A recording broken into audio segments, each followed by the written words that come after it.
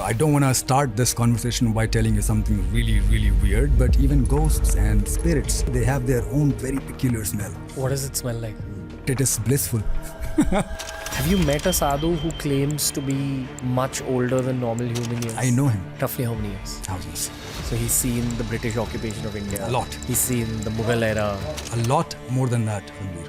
He's living the life of a normal person. Yes, businessman. I don't know if I should be putting this out. You know about the 7 Chiranjeevis. Yes.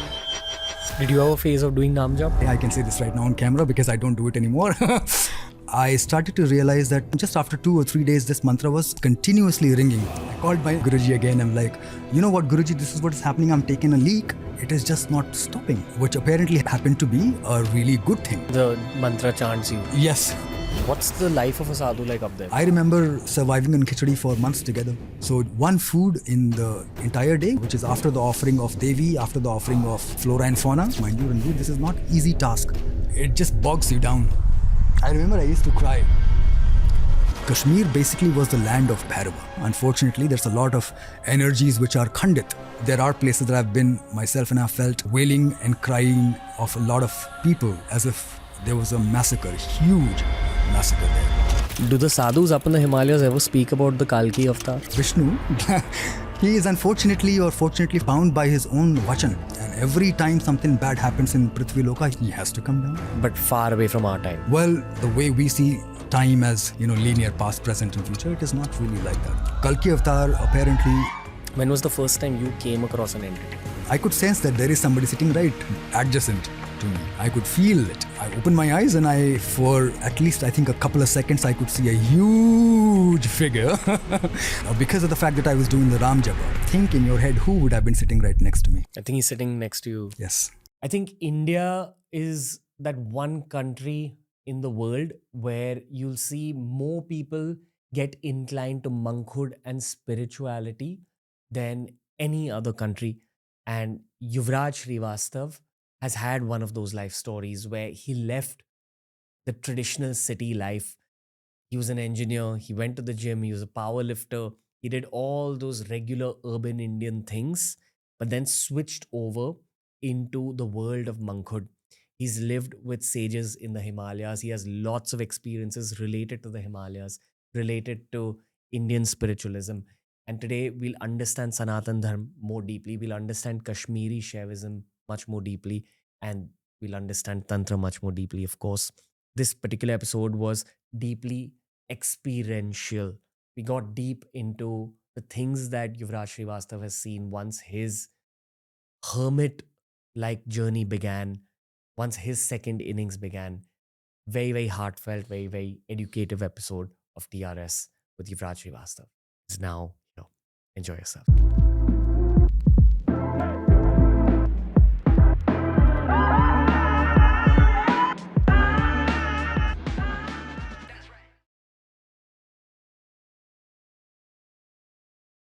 We're here for the vibes, baby. Hoping for some good vibes. Very excited to speak with you, sir. Likewise. Okay. Really. There's a mustard diya burning in front of us. We've only recently started burning mustard diyas in the middle of podcasts. When I entered this room, the first thing which caught my attention, energy-wise, was this table and the diya. And I was looking at it for, some time. I can keep looking at it. It gives me a meditational vibe. Yeah. My counter question, who advised you to use the mustard oil in the diya in the studio, not any other oil, ghee or otherwise? I'm being mentored a little bit for my practice by Rajarshi Nandi. Okay. And he's suggested that I light mustard diyas when I'm doing my Bhairav Naam Jaap. Quite energetic, and anybody who is slightly even into picking up energies would be able to, he or she would be drawn to it. I'm constantly going to be looking at the diya right now. Yeah, that's great. That's great. I think you kind of get addicted to the smell of it after a point. It's very meditative. It depends on how acute your smelling senses are. Well, I don't want to start this conversation by telling you something really, really weird, but even ghosts and spirits and everything, you see, they have their own very peculiar smell. Sometimes, because of the fact that human perceptions are not that tuned to smelling or hearing these voices or tastes or sounds, you see. when you sort of do a little bit of sadhana, maybe with your guru's grace, by the kripa of Bhagavati, I think you sort of pick these things up. I remember, if you don't mind, can I tell you a story? Go for it, please. I think last year I was in Bangalore with one of my gurujis who got me initiated into Natha Parampara and Rishi Sampradaya of Natha Parampara in specific. So Guruji and I am coming back from this, walk from one of these mountains in Bangalore near Banargata. Late evening, of course, coming back, and all of a sudden we hear sounds. Sounds that you would generally avoid, thinking it's cricket, some insects. It's jungle. What else can you expect? But then my Guruji's like, Medhananda, do you see something? Medhananda is the name which has been given to me by my Guruji. I'm like, do you hear something? I'm like, yeah, but what is it? Okay, try to focus. And I'm focusing. And this is, if I can remember it right, wailing noise, as if somebody's really calling for help. And something which you would, and I'm trying to sort of recall, Ranveer, these voices or sounds you don't hear using your ears. It just somehow, you just hear it. Okay? And so I don't get intimidated by these things, right? But I'm asking, curious, what is this? And then slowly and gradually, we started to walk towards the source of the sound, and all around us, there's this sound. Do you know what these sounds were? They were chudals. Just calling, not name calling. And as soon as we are, focusing more and more on these sounds, they are just louder and louder in your own head, not the ears doing the listening. It's a very different kind of sound experience. So there are many, many stories like that. And a lot of times I also sort of smell the same smell around also, in other places as well. Sometimes when I sit down deep in meditation, great smell. It's a cosmic smell. If you burn copper at, let's say, 150 degrees, it would start to smell like something which perhaps even us astronauts have said this is how the universe smells. It is crazy, but it is blissful. What does it smell like? Like I said, it's very, very different from how you and I are tuned to smells. It's very distinct. But at the same time, I think it was for me, so I can be very sure as to how it went for me. It suddenly did give me a feeling that it is something which is not earthly.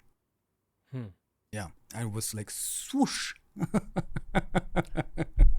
You've given me a beginning with a lot of tangents that I can go on as a podcast host. Okay.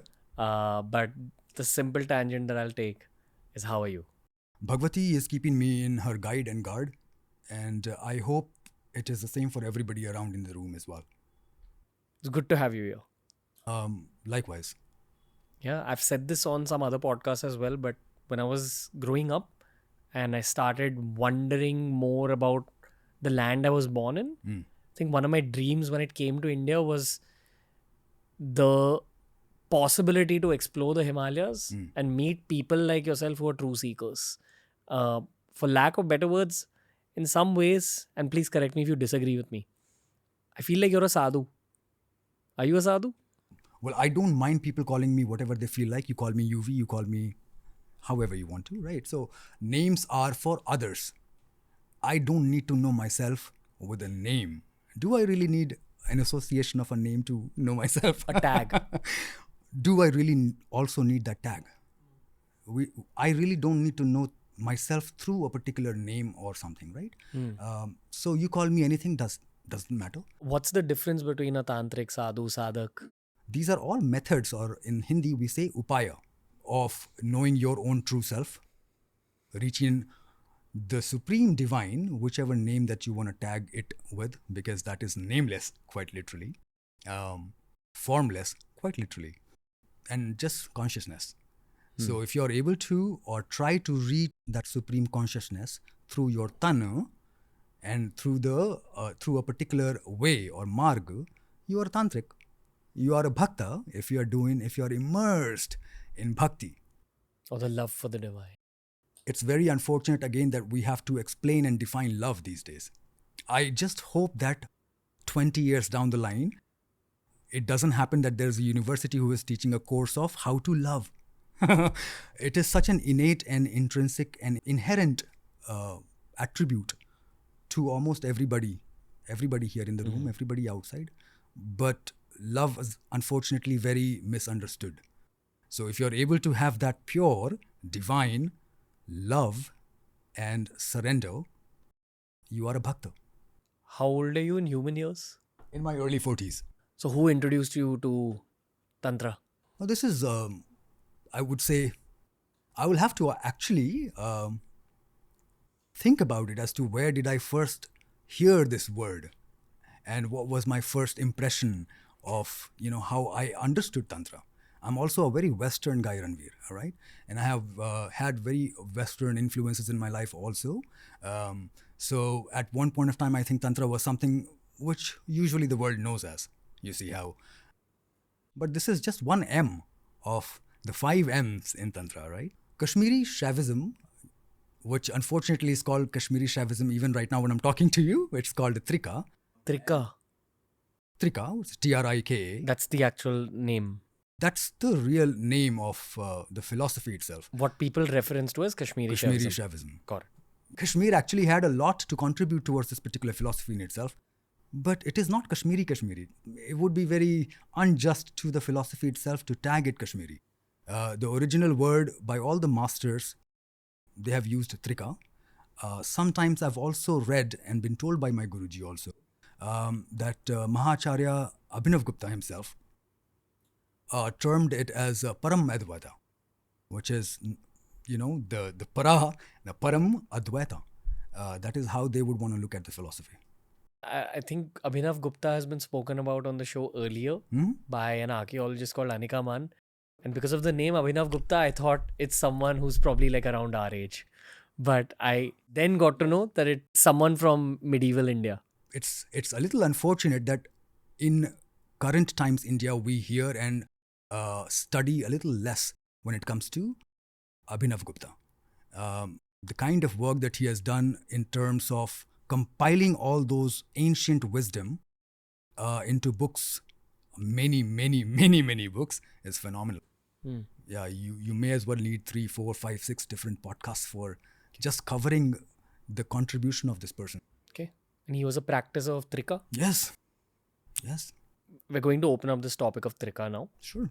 I would request you, if it's okay with you, some kind of mantra jap before we begin, whatever you're allowed to, just so that we ensure it's not you and me speaking. Yes. Aghorebhyo, ataghorebhyo, ghora ghora tarebhyo, sarvatha sarva sarvebhyo, namaste astu rudra rupebhya, om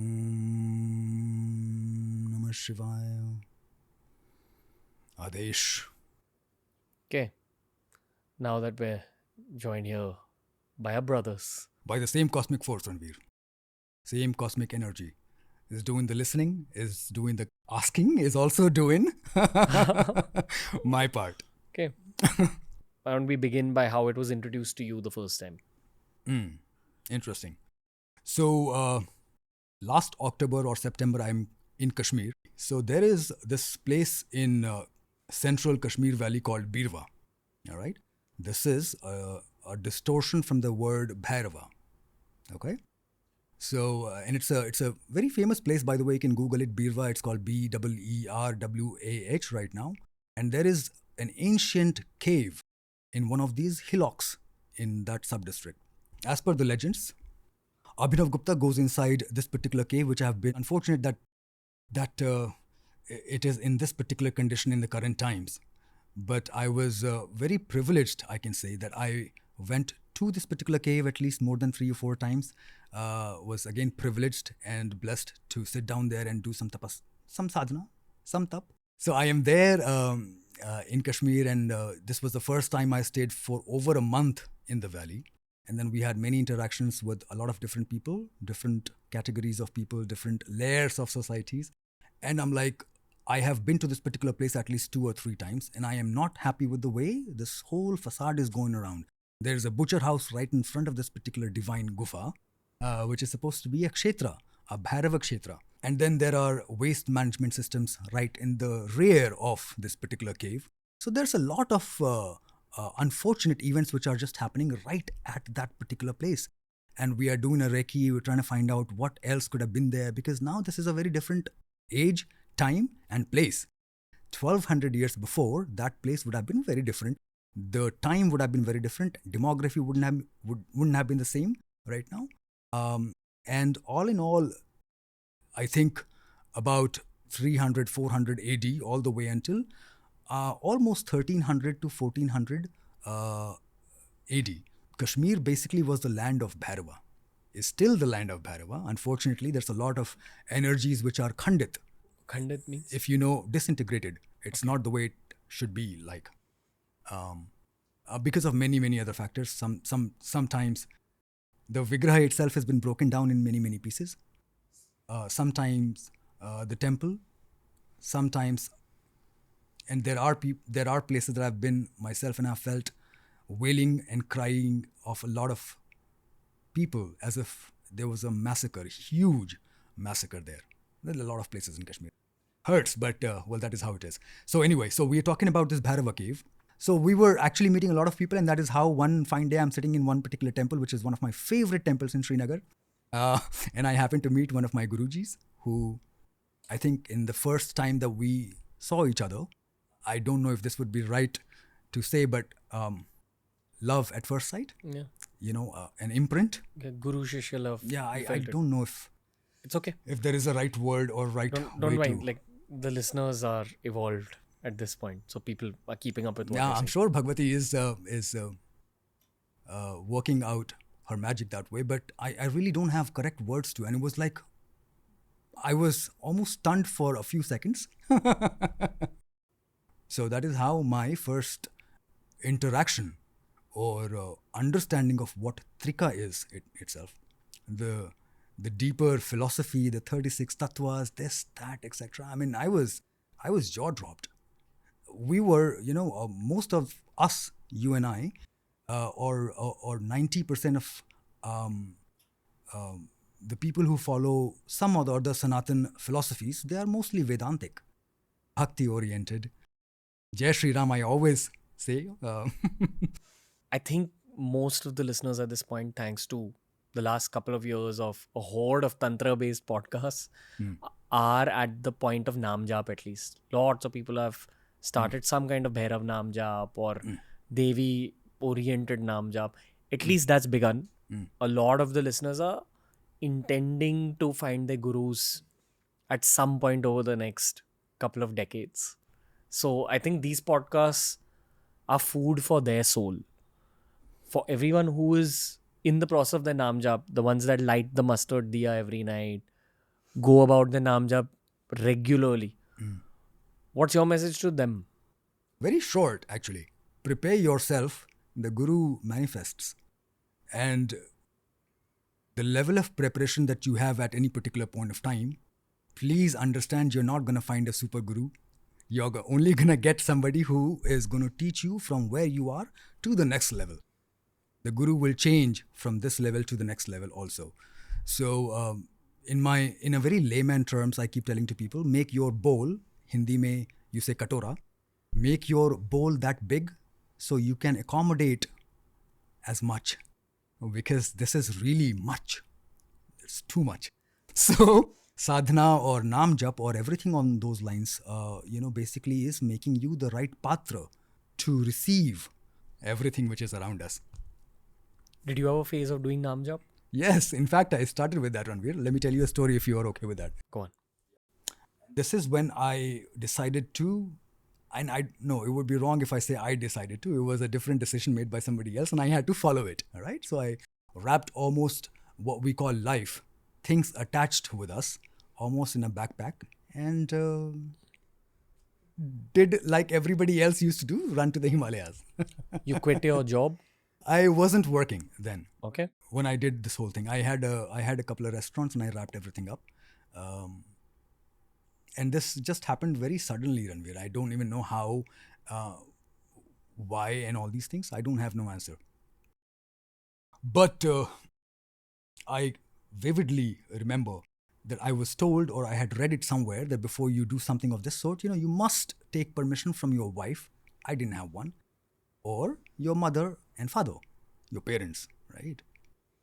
So obviously, being a son, I'm closer to my mother. So we had a talk.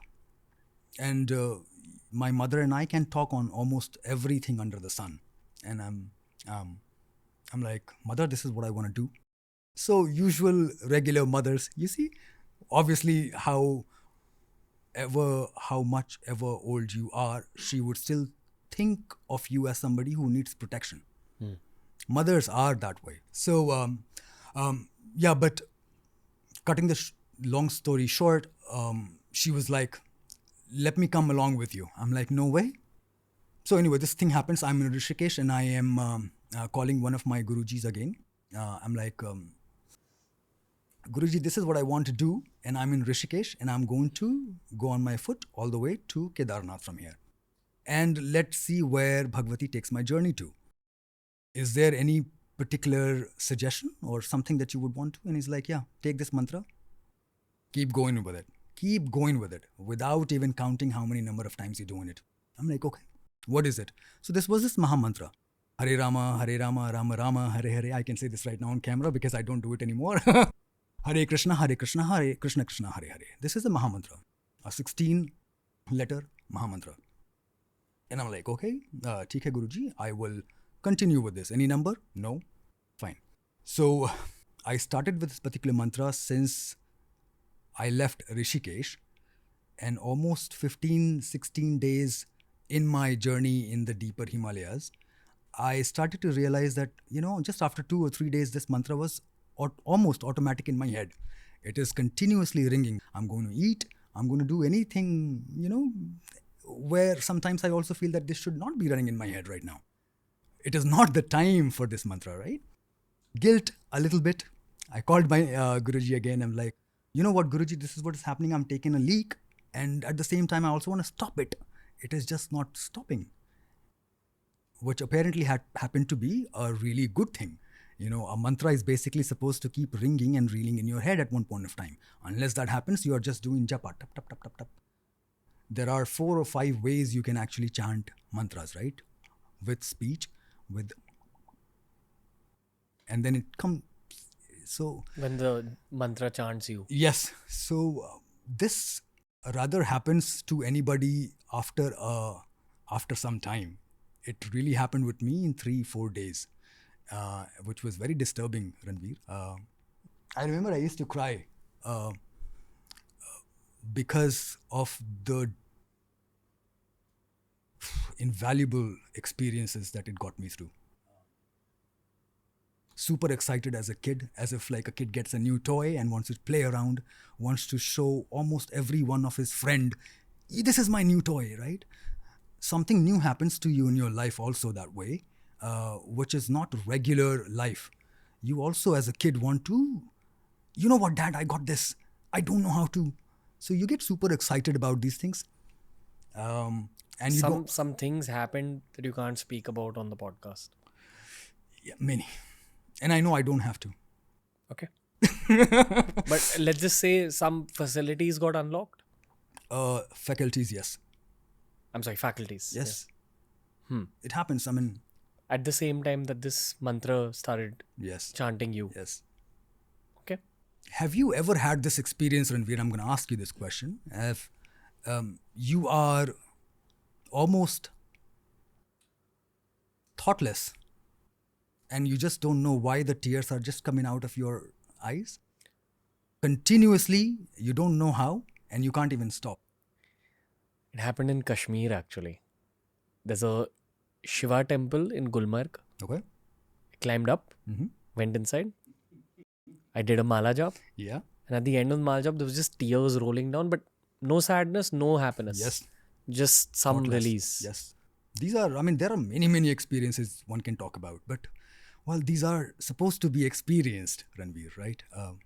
not told. Everybody is going to have a very different experience, and everybody should have different experiences. Like in our tradition, the Trika tradition, the way Guruji describes it, at the 37th Tatwa, in the 36th Tatwa, you don't have Param Shiva. You don't have Param Shiva. Shiva is beyond all these 36 Tattvas, right? So he manifests into the creation as himself, wanting to experience himself in divinely, uniquely ways possible.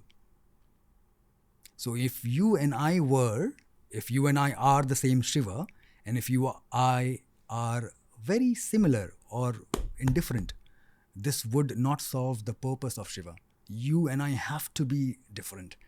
That is how Shiva is experiencing himself through me, the way I am, through you, the way you are. It has to be very, very individual. So Shiva is like that, is experiencing himself through many, many, many, many bodies and manifestations. Got it.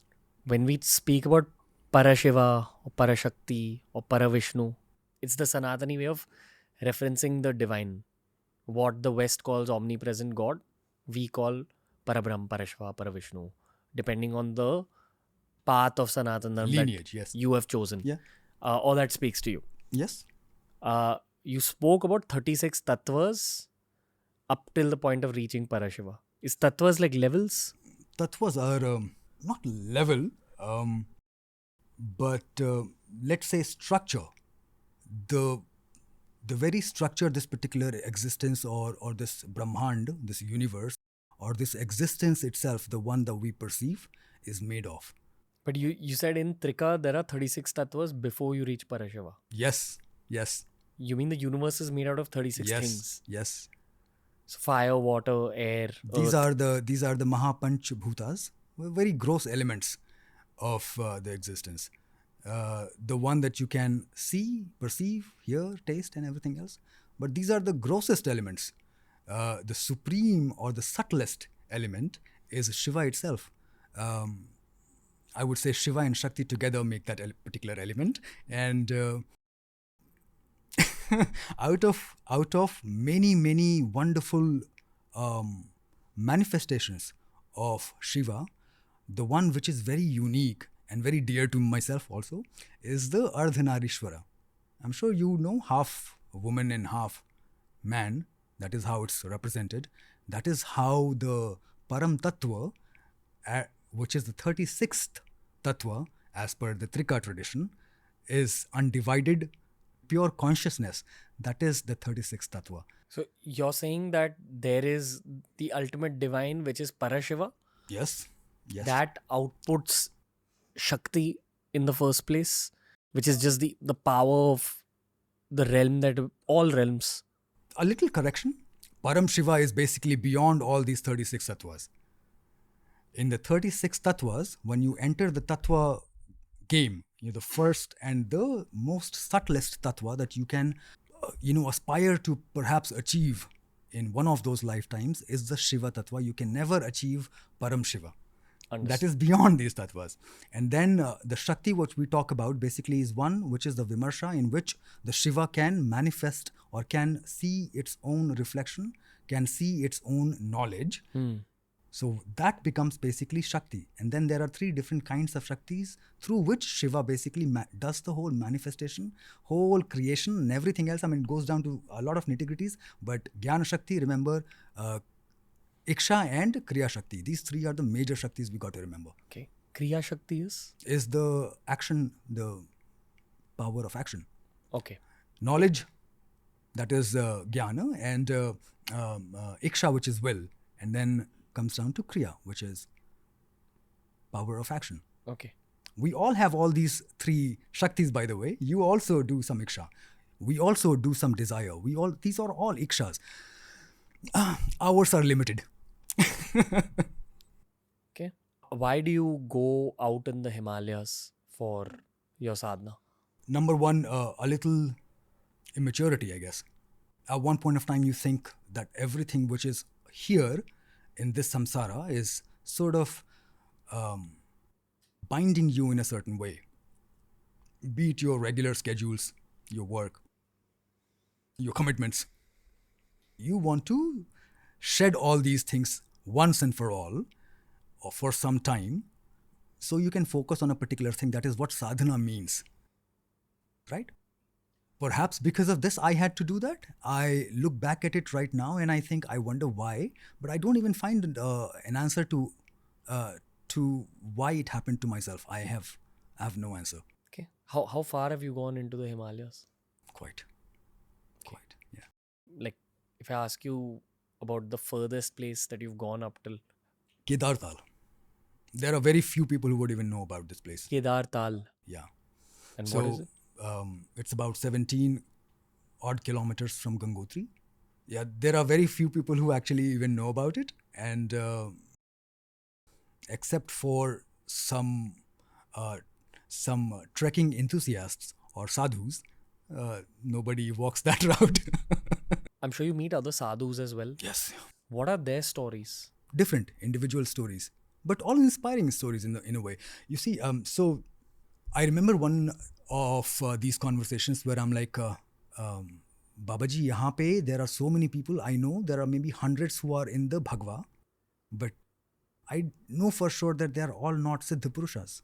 Although I'm in Gangotri, about 14,000 feet above the sea level, but there is a little bit of impurity here as well, acting here as well.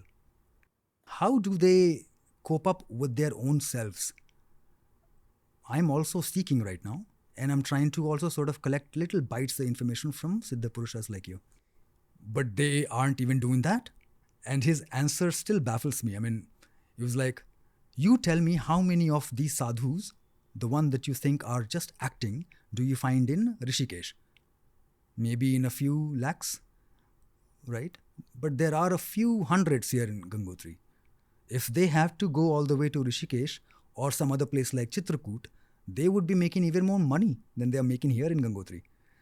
Living in this particular harsh climate conditions, atmosphere, topography and everything else, itself is a subconscious sadhana that you are doing without even knowing.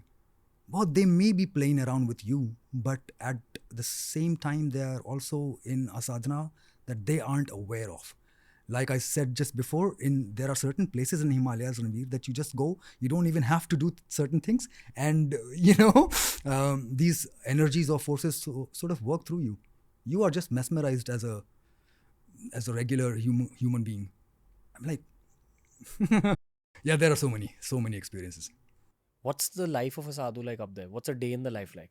So I would narrate a few of these sadhus as well as sadhavis that I had met. Sure. Yeah. There's women up there as well? Yeah. Oh yeah. How percentage? 20%. Okay. Less, yeah. Let me talk about this sadhavi that I'm talking about right now. From Karnataka, almost 25 years in Gangotri, doing sadhana. Her daily life style is waking up at 3:30 in the morning, taking a shower that early, Nitya Jaap, Puja, Dhyan, everything else. But shower where? Right there is Gangaji. Okay, in the river. Yeah. Okay. Yeah. And then all the way until 11:30, they would be busy with their meditation, dhyana and rituals. And it's under the open sky or? In their cave. Okay. Yeah. It gets extremely cold, Ranveer. So 11:30, 12 o'clock, they would get up after almost 8-9 hours of dhyana and rituals, prasad and everything else. Then they will feed some animals and birds. About 2 or 3 o'clock, that prasad, they take it as food. And what is the food? Very natural, like khichdi sometimes. Sometimes it could be just peanuts. Very normal things. But where are they getting the food from? So there is a small market right where the temple is. Okay. Which is open only for about 6 to 7 months in the entire year when the temple is open. After that, everything is closed. They wrap it up and go back down to their village. So, yeah, the food is very, very simple. I remember surviving on khichdi for months together. That is what you get to eat. Between 11:30 to 2 o'clock, she would finish off by, offering the prasadam to the birds and animals around. Then she eats. Another couple of hours she sits in the temple in Gangotri, comes back. Again the sadhana starts, sleeps at 11:30, no food. So one food in the entire day, which is the prasad, which is after the offering of Devi, after the offering of flora and fauna, and then she takes as a prasad. This is just one sadhana. And she's been doing this continuously from last 25 years, mind you, Ranveer. This is not easy task. For anybody to continue with one particular practice, schedule a lifestyle dedicated for 20 years. Do they ever come down to the towns? Rarely. They don't like to. I remember myself, it just bogs you down. So this time when I had to come, when I was talking about how I had to fly from Gangotri to Srinagar, the first time around, and I'm descending the mountains way before I could reach even Rishikesh. A lot of hullabaloo going on all the time, you see? Honking of the cars, people chatting, this, that, etc. Everything is going on like normal lifestyle. And it was too much for me to absorb because I was spending a lot of time in solitude. So it starts to bog you down, affect your equilibrium. And I think it takes time. For me, it took at least a week, 10 days to sort of get regular to things. Let's speak about that equilibrium a little bit. Because that level of sadhana, that time that's being dedicated to the meditation, to the rituals, of course, it's changing your state of consciousness a little bit. Yes. So, for example, that sadhvi, I'm pretty sure, again, for lack of better words, she is in bliss. Must be. That's how she's able to power through. I mean, we're using the word power through. It's not powering through for her. She's enjoying her time there. Yes. Right? Yes.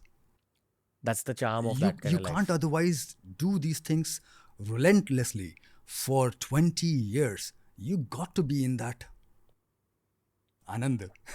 Have you met a sadhu who claims to be much older than normal human years? I know him. I can't name him. I know a few people who have been there, at least have spoken with one who has been alive from some time. Roughly how many years? Thousands. Thousands of Yes. years. So he's seen the British occupation of India. A lot. He's seen the Mughal era. A lot more than that, Ranveer. What did you ask him? The one question which I was not supposed to ask him was his name.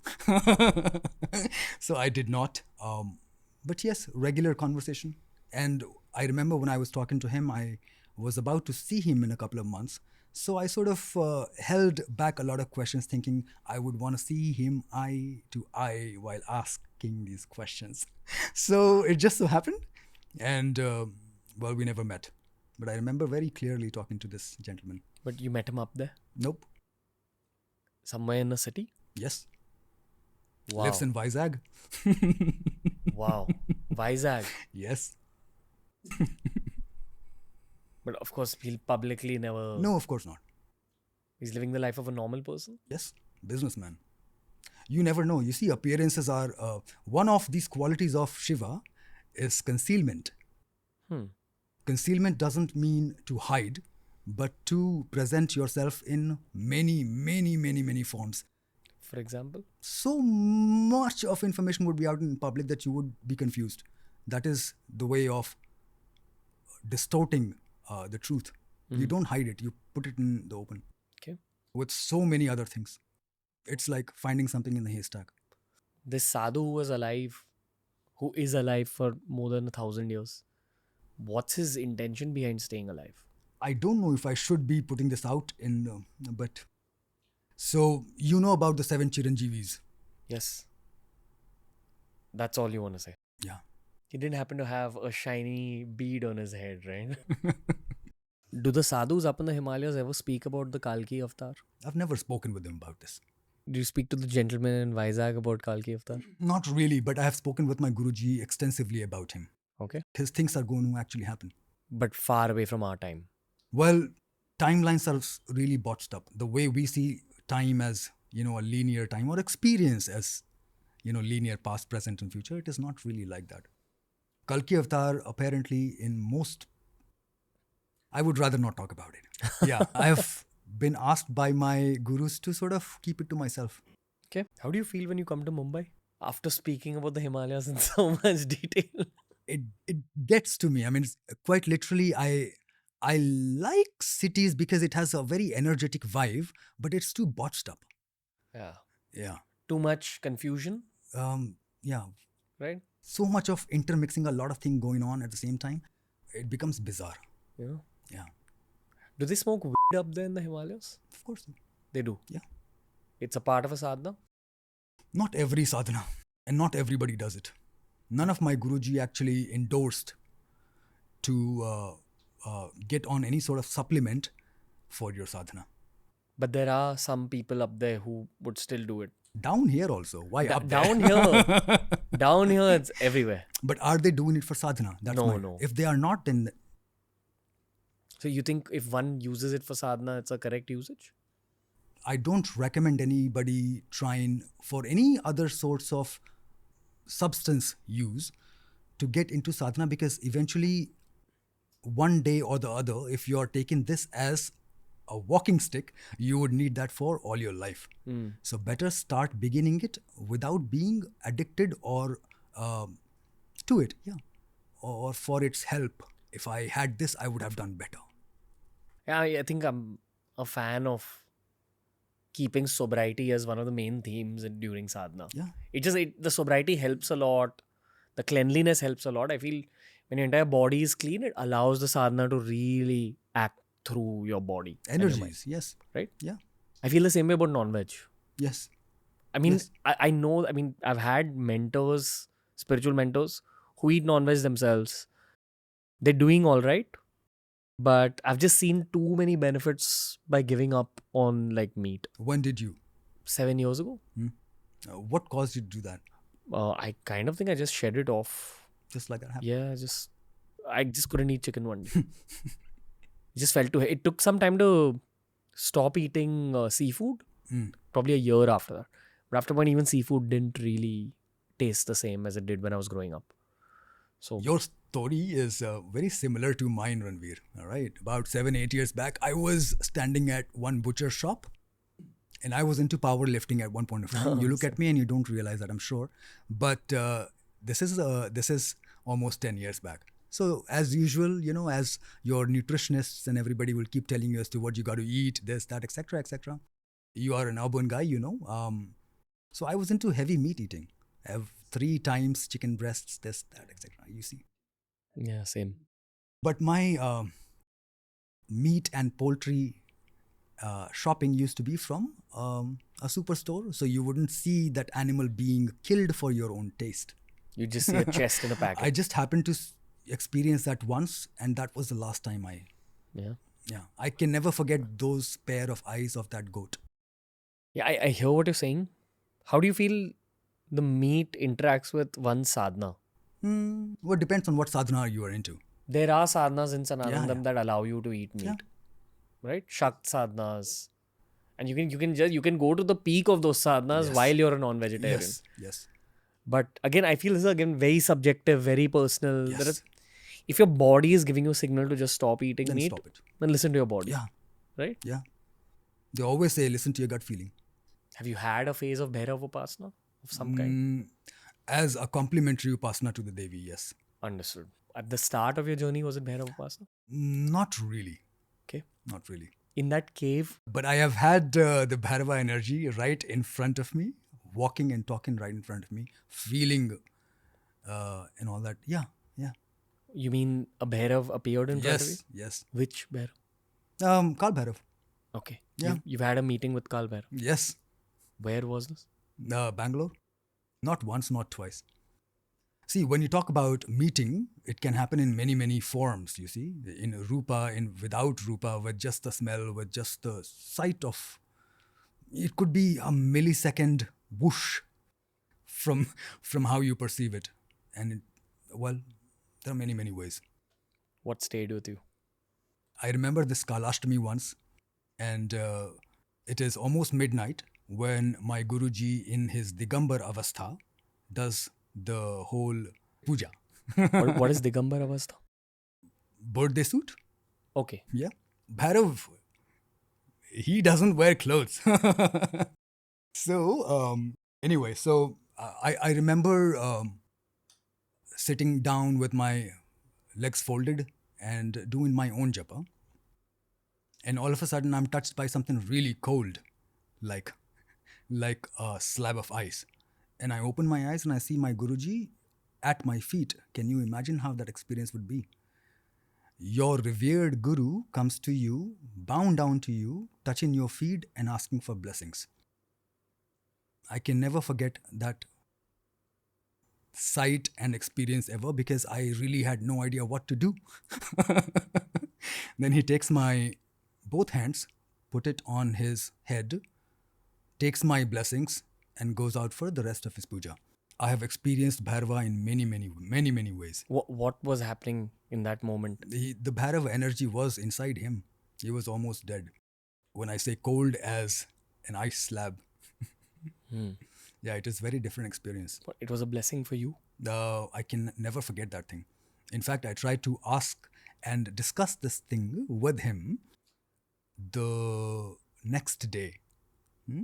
Because he keeps and observes Maun on those Kalashtamis every time, every 15 days. So next day we're discussing this thing, Guruji, Gurunathaji, that's how what was this all about? You got me in a trap. I didn't know what to do, how to react.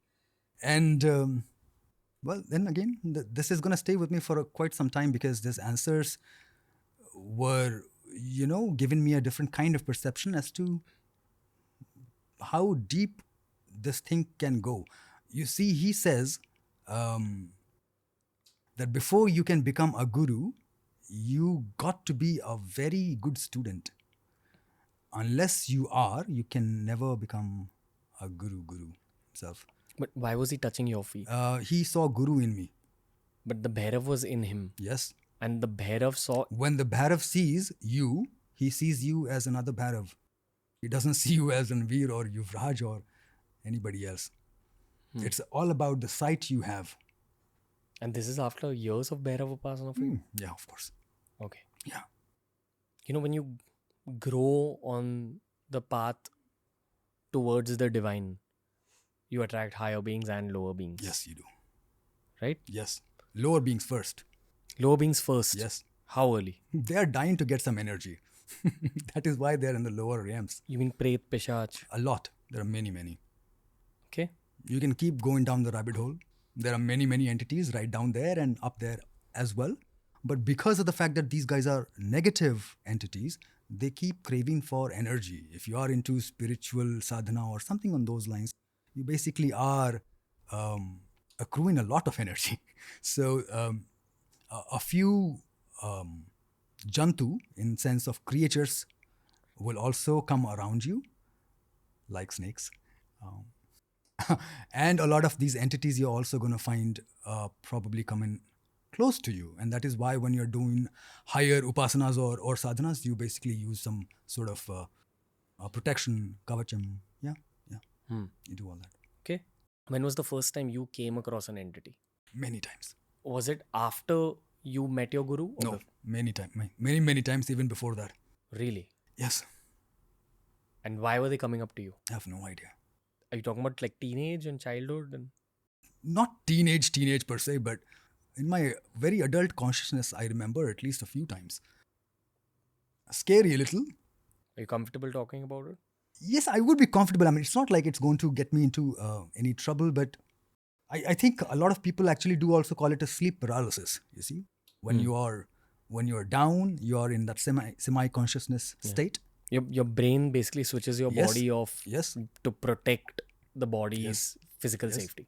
But this is how your science will describe it to you. But the entities, there is no modern science which is going to do all the description for those entities and how you perceive and feel. It is dark for sure. Not very happy to experience. So it's not like I remember good experiences also and many, right? And like I said, I miss some of those experiences because of my mistake. These experiences are not like something that you are looking forward to. Yeah, let's put it this way. So what was the early experience? No, one of them I can describe as feeling extremely helpless, Ranveer. But what entity was it? Have no idea. It was, Male, female? can't say. Female, most probably I would want to say. That's how I had felt the energy. But can't be sure. I mean, it was not a human body, so it won't be no. You could see something? Yeah, just a outer periphery of how a body looks like, smoky. Grey. Yeah. And it interacted with you? Not verbally, but in the sense that you and I understand the talking, the telepathy sorts. But obviously no words. Did it harm you in any way? No, but feeling very helpless itself is a tacky feeling you don't want to be with. The harm is psychological. It's just the feeling of being helpless. Can't do anything about it. That feeling itself is a very weird feeling. It gets you into no, I don't want to experience that again. There are helpless feelings in divine experiences also, but you don't want them to end. Even if that happens for a flick of a second, you would want, or you would look forward to have them. They aren't really. You know by your gut feeling. Have you seen beings in the Himalayas? Yes. Could other people see it? No, I was the only one in my cave that time. It was in a cave. Yes. A devta? Yes. Okay. So yeah, this is something I think I can remember about the Naam Japa that you were talking about, and we were talking about it. Hare Ram, Hare Ram. This is the Mahamantra, right? Apart from other practices that I was initiated into when I was in Gangotri, I also continued doing my mantra jap. And by then it had come down to 16 malas every day. All right. So early in the morning, because of the fact that it is your body, your biological clock actually starts to work in a particular way that you get up at 3. I at least used to get up at 3:30 max. And then do my morning things and sit down for your japa. So after a couple of hours, when the thing is over, I could sense that there is somebody sitting right adjacent to me. I could feel it. I opened my eyes and for at least I think a couple of seconds, I could see a huge figure. I don't want to take, because of the fact that I was doing the Ram Japa, think in your head who would have been sitting right next to me. I think he's sitting next to you. Yes. Okay. What an experience it was. Yeah. Yeah. These things you can never, ever take off they go with you. Can I say it out loud? Please. What did it feel like sensing Hanumanji that closely? Honestly speaking, that day I had trouble deciphering as to was it really. Okay? Phone call, Guruji, something like this happened early in the morning today. And he clearly, without asking me any question, yeah, this was this. I'm like, I never thought of it this way, but there was an inkling of that sort. Yeah, but right at that moment, I was not scared. It was a blissful feeling. Yeah, nothing more than that. Gangotri is a very mysterious place. You brought up Gangotri a lot. A lot. I mean, to my very close people, I say that if I was born twice, that is where my womb is. I mean, I know that the Gangotri is the glacier. How do you even phrase this grammatically? Gangotri is where the temple is right now, from where it is said river Ganga becomes Ganga. All right. Now, this glacier that you talk about basically is the Gomukh Glacier, which is about another 18 kilometers above Gangotri. So you go all the way hiking a couple of days. You've gone? Reach, yeah. You've seen the origin point of the Ganga. Yes. What does it look like? Well, technically it is not even the original or origin point of Ganga. Ganga actually comes from the glacier in the mountains of Tibet. It just appears to us as it's coming out from a particular cave, because before that it is underground. Understood. Yeah, so it basically comes out from what I understand, Lake Mansarovar. And physically it appears to us that it's coming out as a stream from that particular cave. Wow. Yeah. What does it feel like at the Gomukh, you said? No, it is all a wonderful experience. It would be very kiddish for me to even put it down in words. You are just in bliss. Have you been to Tibet? No. Okay. Not in at least a physical body. Bangalore's also pretty blessed city, I feel. Actually, let's not put it down city-wise as well. This Bharat Bhukhanda itself is, like my Guruji says, a lot of people would keep telling you this is the divine land, holy land, this, that. You may have heard about these phrases. This is the real holy land, man. Where else would you have Shakti herself been cut down into 56 pieces and still underground? Lives inside this bhumi. Nowhere else you have Shakti Pithas. We have live Jagrat Shakti Pithas and Shakti, the grid of Shakti here in Bharat. At least the continental Bharat. The continental Bharat. Yes. Versus what's the geographical, political map of Bharat today. Okay, gotcha. There are Shakti Pithas in Pakistan, Afghanistan, there are Bangladesh, Myanmar, Bhutan. There are many, many Shakti Pithas all across. Are they still functional, if that's the... There is one famous one, Ranveer. I'm sure you may know a little bit more about me on this. Hingla Mata Temple in Pakistan. This is in Balochistan, by the way. And it is still live. There are many Balochis who have converted or changed their faith to Islam right now. But there are many, many people who are actually keeping the whole tradition alive, as well as they are the caretakers of the temple as well. Isn't it fantastic? But I think that is what Bhagavati wishes.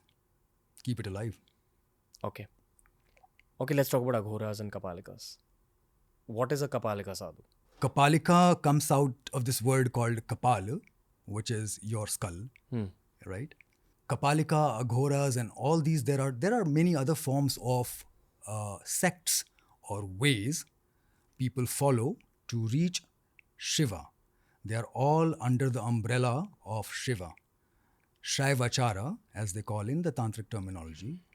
So I remember my Guruji used to say ki we are in the Nath Parampara, and all the Aghoris and Kapalikas, they come under our umbrella, but we necessarily don't belong to Kapalikas or Aghora Sampradaya. I mean, I have had some very healthy interactions with Aghoris, some from Banaras, some really good ones. You would never look at them and think even once they could be Aghoris in their layer. I mean, general, regular people like you and I. But I know their energies. I mean, you can just feel it. These things can't be described in words, Ranveer. You have to really sit in front of them to feel that energy. The way I'm sitting in front of you, I'm feeling yours. And then you would never be able to tell and describe them in perfect words as to how it felt like. It is a very different aura around them. At least the few that I have met in my life. You've met a Siddh Purush? Many. Siddh Purush. What do you, again, before you ask your question, very calculatively think about who do we call a Siddha Purush? What does it mean by Siddha Purush? Or Siddha Mahila? Why keep it gender specific, right? But who is a Siddha? Complete. The deity resides inside the person. Master. Yeah. It's our Sanatani version of the enlightened one. Not really. I would not agree with it. From my very humble understanding, Ranveer, I think we very lightly talk about this word called enlightenment. What in sense again is enlightenment? Means you are flooded with light. What is light? Don't we just say in every other religion that the supreme consciousness or the God up there, the absolute reality is made of light. Even in our own tradition, we say Shiva as Prakasha and Shakti as Vimarsha, right? So it's a Prakash Vimarsha thing.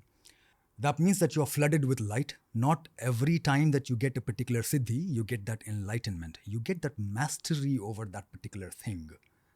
Does that mean you're enlightened? No, you are a little more advanced in mastering those subtler aspects of life.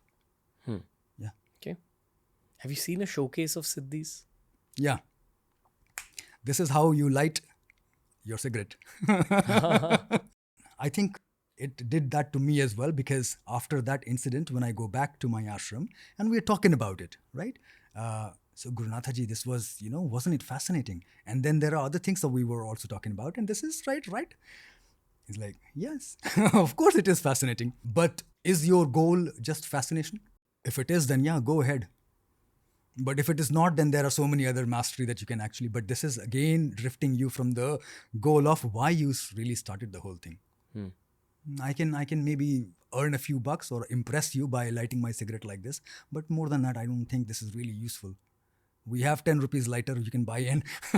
We don't have to spend like a few years together to get this Siddhi. Does one lose something every time they showcase a Siddhi? From my own experience again, Ranveer, I thought, and I know for sure that showcasing anything which out of your ego actually destroys your tapas, your sadhana or your energy that you have accrued from some time. It is never good to do that. If you have something, this will be again as your prarabdha or as the cosmic wish or will, that it will come use to somebody else. You doing it because you want to show it off? Are you a sadhak? Back to the land of the sadhaks, when we're talking about Gangotri and the Himalayas in general, and all the locations where the sadhus live together, for lack of better words. Do lower beings make their way up there as well? I have been told, Ranveer, that especially places like Kedarnath and Gangotri, these two places are bereft of any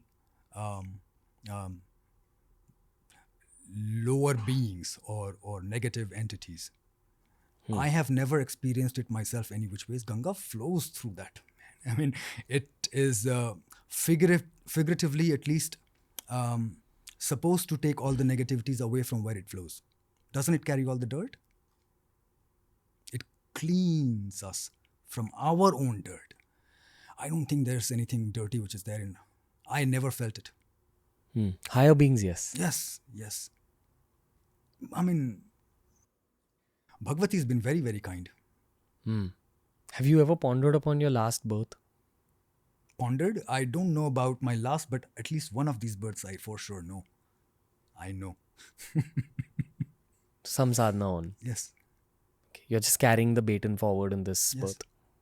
Everybody is. Are you trying to make this your final birth? Not really. You're just carrying on with sadhana. Yeah. See, the end game is to get free from the circle of karma and reaction. How it comes back in your life in some other way, this life or other. If you really want to focus on this, then you detach yourself from every other karma that you do. You're doing a podcast, great, but if you're doing it because of the passion or you really like to do it, that is your gut feeling, you keep doing it. But as soon as you start to attach something else to what you're doing currently, then it starts to accrue that karma. And every karma is going to have the karma phal. As long as you are in this particular cycle, you will keep coming to the same stage because there is some desire which is still unfulfilled, and you're going to try to come back to the stage and perform that role.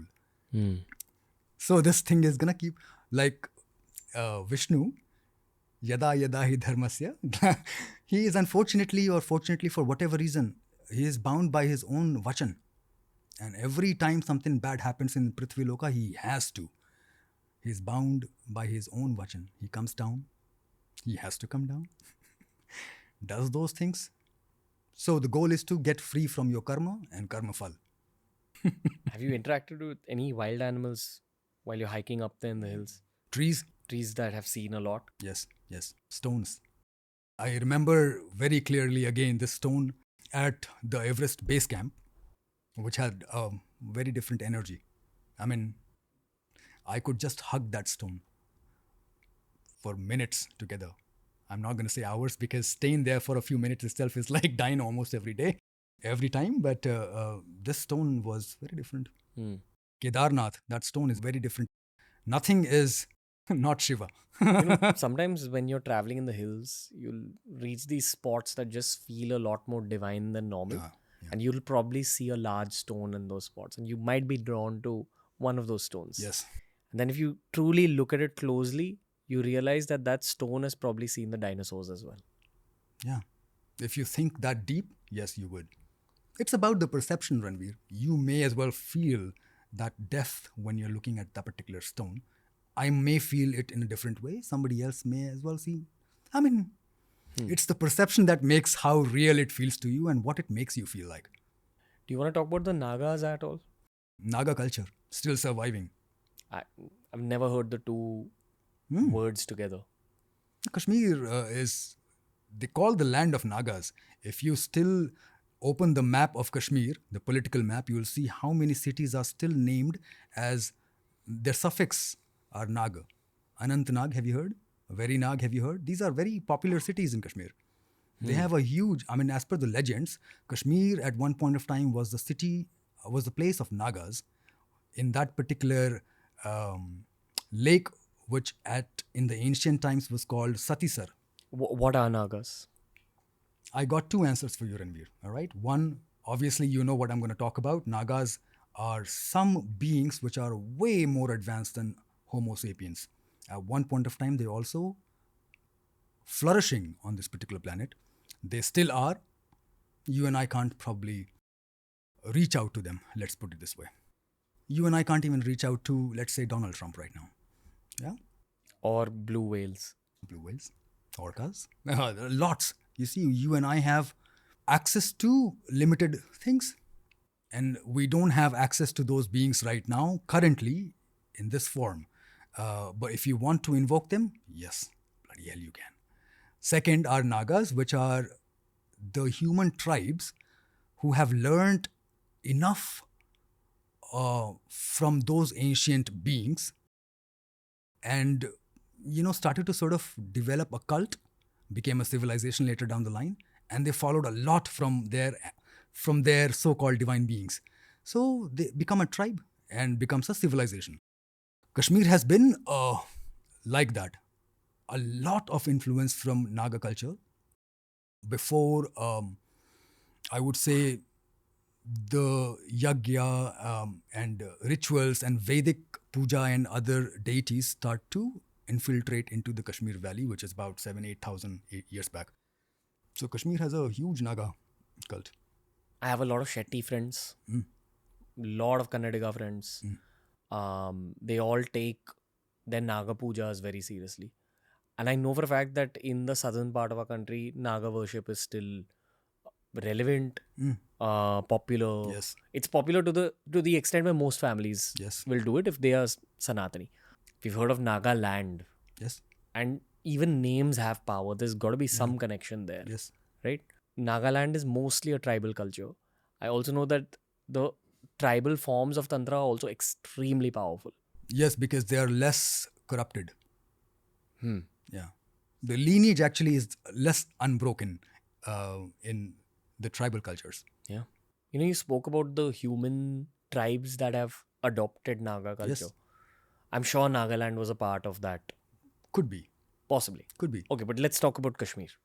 So you're saying there are indigenous Kashmiri tribes that have learned from the Nagas and are still practicing? Yes. I mean, those indigenous Kashmiri tribes that you talk about are the people of Kashmir today. I mean, this is thousands and thousands of years of, evolution into what they have become today. Despite changing their faith systems or rituals or something, there's still a reminiscence of something from the ancient Naga culture, even in today's life. The way a Kashmiri woman would braid her hair. Check that out. It's fantastic. The way a lot of that thing is still surviving, and you can see that in regular lifestyle of Kashmiris. Yeah. I mean, what does generations of Naga worship do to people? This is something I'm personally sharing this thing with you, and I used to wonder. We spoke of perception as to how we see the world. Right? What would a Naga perception be? Imagine yourself being a snake. Would you see Ranveer the way I look at it? You would be a whole different entity to me. And this whole room will be very different if I look at it from a cat's eye, let's say. So, when you talk about any particular animal, let's say Naga in this particular sense, imagine yourself being so close to that particular animal that you imbibe their qualities and attributes, Which is what? which is the senses, the Naga senses. In terms of vision, in terms of intuition, in terms of being, in solitude. Okay. But when we're talking about Naga practice, this is also mantra based? I wouldn't know if there were mantras back then. Mantras come from Vedas and Agamas. Right. But this is from my very limited and humble understanding of how things were in the historic Kashmir. This is predating all these things. The Naga worship that happens in Karnataka, I believe that's centered around mantras, but maybe the mantras that they developed only encapsulated the same energy which was being utilized in the times that preceded the time of mantras. Yeah, you're right, actually. It's the same way with all the Vedic rituals. You see, a lot of Vedic rituals that we do today, like even the Prana Pratishtha, is a tantric practice, which is done in a Vedic way these days. It's just that the mantras are encoded versions of bags of energy. There are other ways to get to those bags of energy, but mantras are what the modern human Sanatani mind can understand. I would say slightly different. Let's understand mantras as the manifestations of the similar devata in the energy form of a sound. Gotcha. That's their energy body in terms of sound. Let's put it this way. The devta is the mantra. Yes. As yes, Rajesh yes, Nandi also keeps saying. yes. You spoke about the Nagas still being on Earth. Yes. They're still here. Yes. Do you think they have interactions with the snakes that we see around us? Yes. There is some connection between the snakes we see. Yes. Not talking, but or hi, hello, how are you doing, sweetie? But in their own very subtle energy forms. Have you ever? This is a question I hope you don't mind me asking. But when you are in when you sit down for your sadhana, or if you have been through any anusthana, have you encountered a reptilian around ever? Lots of lizards. Lizards, because you're doing it in a protected city environment, I guess. Is that why? Okay. Yeah. But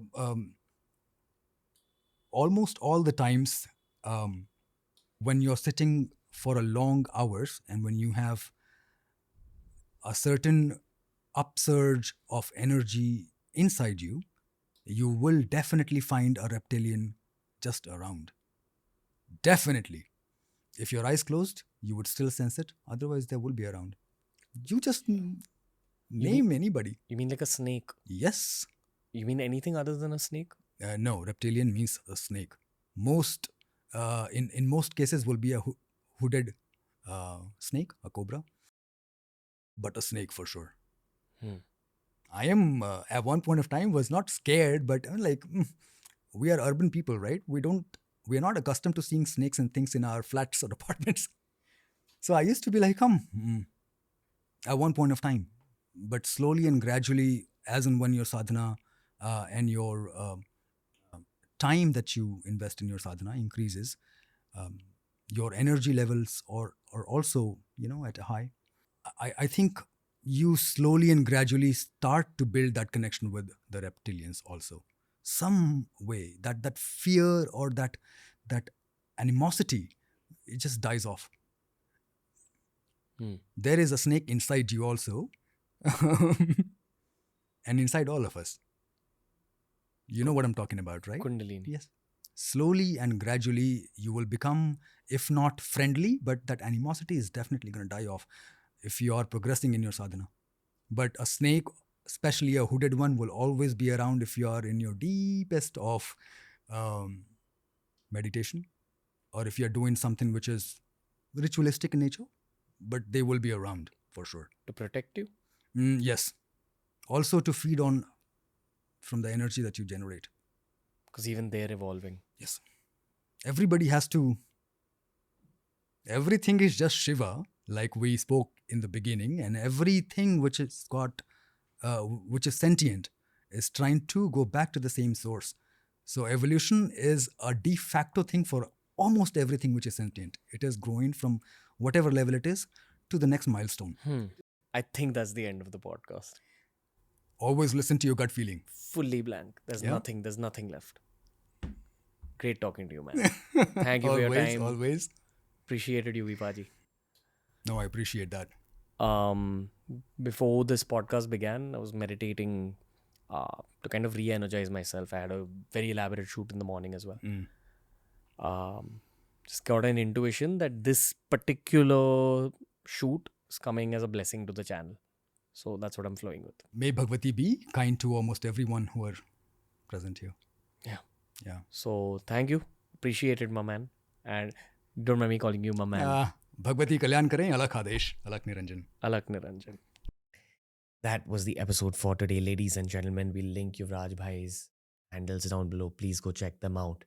Always looking for more guests related to Tantra-oriented topics. So send in your guest suggestions.